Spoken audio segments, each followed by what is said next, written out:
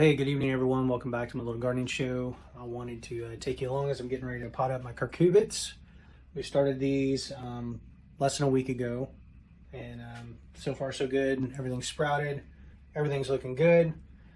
Cucurbits grow really fast, so I intentionally kind of waited to start these. Hopefully we'll have them potted up, give them a few days, and then this weekend, Memorial Day weekend, we'll probably go ahead and plant them out in the garden, depending on how they're doing in the pots. But again, they grow really fast. So let me show you what I've got. So this year I started them in these little 3.5 by 3.5 pots.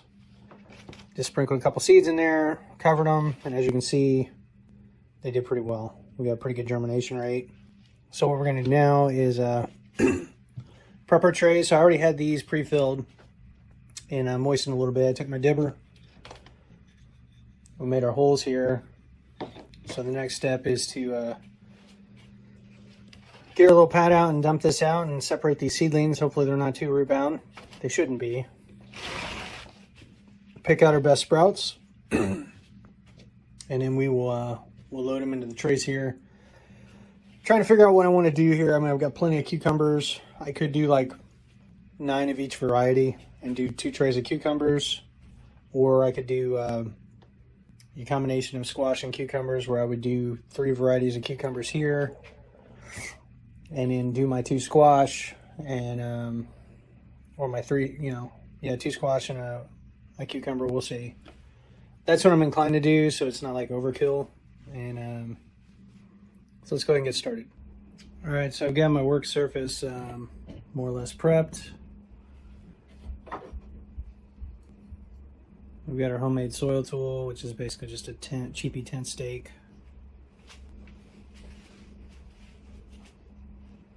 We'll go ahead and start with our Market More cucumbers. And what I'm going to do, there's still some coming up in here. But what we're going to do is try to get my fingers in here without busting any stems. I'm just going to squeeze on 4 sides of that, and so far so good. And I intentionally didn't water this. It's still fairly moist. And I'm just going to gently kind of break this apart, trying not to break the roots. But that's a good sign there. We got plenty of good roots. And again, we're just going to gently try to peel these apart, really.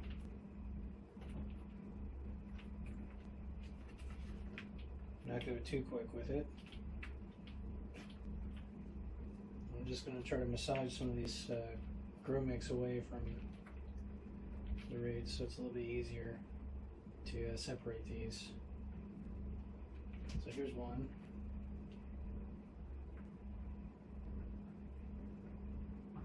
There's a little one.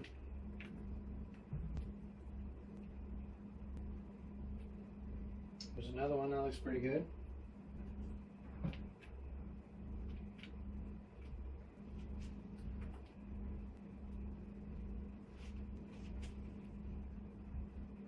And all these are viable.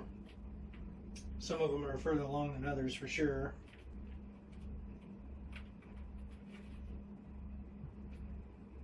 And we'll kind of do a comparison here after I dig them out.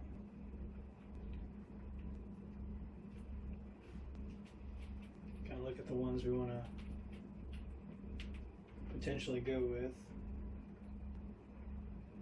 It's kind of nice. We got plenty of plants to choose from here. You see how easily those pull apart. I caught them just in time. Had these gone a few more days, the container would have probably been pretty root bound, and it would have been more difficult to separate these out for sure.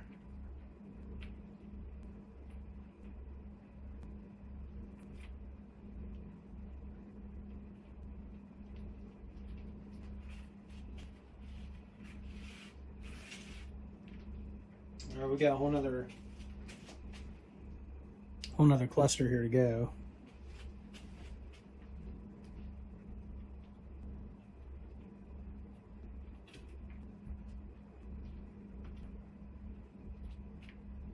Now we could have just as well direct sown these into the ground, and I've done that. before as well, rather than mess with potting them up like this. I mean, they grow fast enough and are vigorous enough that you can do that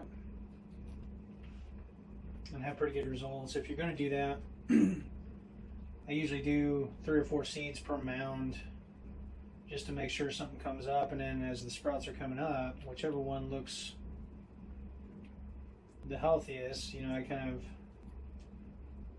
we just clip off the 2 we don't, or 2 or 3 we don't want. Whatever we don't want, we just clip off. Or sometimes you can transplant them, like if you've got the space and everything's sprouted, you can dig out your sprout and then space them out if you want to try to grow more than maybe what you had anticipated. Again, I'm trying to be real careful with these, real gentle, and make sure I'm not smashing or squishing the stems. And actually, once we get to planting them, I'll be holding them from the seed leaves. So, out of that one container, we got 1, 2, 3, 4, 5, 6, 7, 8, 9, 10, 11, 12, 13, 14, 15, 16, 17, 18, 19, 20, 21, 22, 23 viable seedlings. Maybe 24, maybe 25 even. But definitely 23. So let's take a closer look at these. So again, they all look healthy. What I'm looking at now is the stems. You know, are there any that kind of look healthier, like maybe thicker? Maybe the rootstock is pretty good on that. The larger the rootstock, the better chance of survival they have, or, you know, taken to the new environment. So definitely have some that are better than others. So like here's one, it's, you know, it's okay. But when you compare that to this, you can see how much greater the rootstock is on this one. And then, you know, compare that even to this one that's not even as far along. You know, if you have your choice, you're going to go with this one. So that's what we're going to do. We're going to go through and pick out the ones that we think are pretty good. That one looks pretty good. It's got pretty good rootstock on it.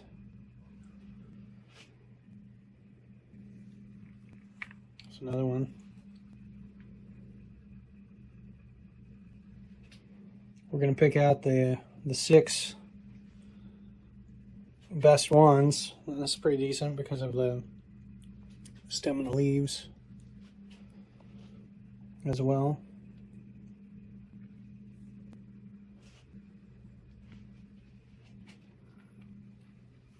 Well, that's a toughie. Those are pretty close, but that one's got a little bit thicker stem.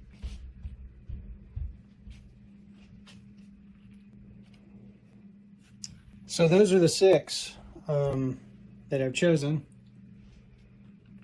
These look all pretty good too. I mean, that one's a pretty good one. You know, these over here, not so much.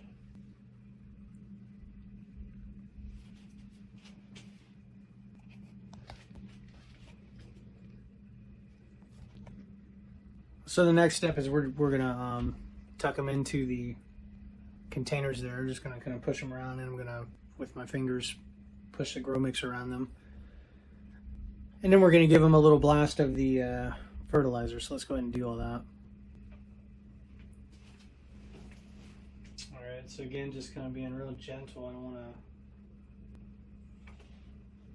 tear off the roots from the plant. I don't want to damage the stem, but I'm trying to get it as far down as I can.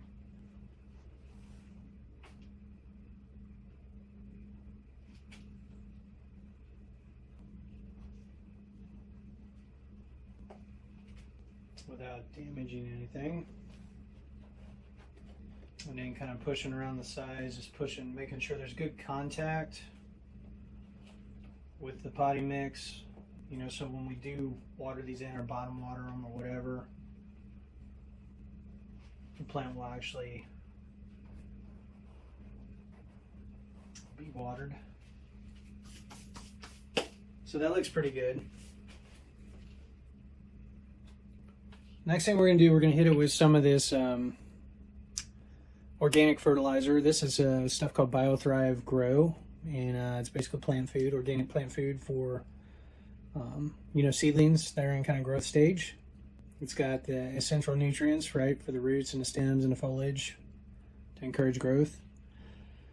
I've been using this. I was messing around with the Mittleider Constant Feed, and the Constant Feed works just as well, and it's pretty easy to make. But I found this to be just a little bit better for whatever reason. I think one thing about it is I don't have to worry about burning the plants. All that stuff's natural. Whereas the Constant Feed's got, the NPK along with the minerals, and you have to be a little careful with it. But this BioThrive stuff, a little cap full of that in a 2-gallon sprayer. So, I mean, it's like tablespoon. They say 2 teaspoons per gallon of water. For heavy feeding, it's 4 teaspoons. I just do like a tablespoon, basically, maybe 2 tablespoons. 2 tablespoons for like 2 gallons of water. It seems like it's worked fine. So we're gonna go ahead and get our sprayer. And it's just a little sprayer I picked up from Home Depot a few years ago. It's held up pretty nice. Give it a few pumps, and then what we're gonna do is we're gonna hit these for a couple seconds till we see it kind of puddling up on the plant. Make sure that's watered in real good. And what this is going to do, the nitrogen in it especially, is going to help offset any kind of transplant shock these will have. Anytime you disturb a plant, you disturb the root zone, you're going to have some transplant shock where it takes some time for the plants to adjust to their new environment, and initially they might be a little wilty and just kind of struggling a little bit and don't really start growing a whole lot again until they've gotten used to it. Well, hitting them with this organic fertilizer should help them along quite a bit. Alright, so the next step would be to label our rows there. So I've got some popsicle sticks. You can use painter's tape. I've done it a couple different ways, but I just want a way to know what these are. I'm just going to write market on here. That tells me it's market more. I'm just going to put that there, and that'll be good enough.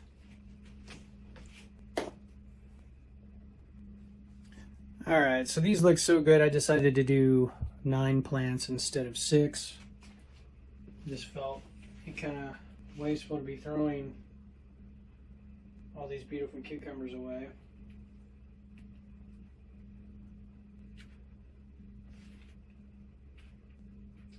The thing is, doing a little bit more than what I need gives me options, so that if for whatever reason something doesn't make it or whatever, I've got extra that I can go back and backfill.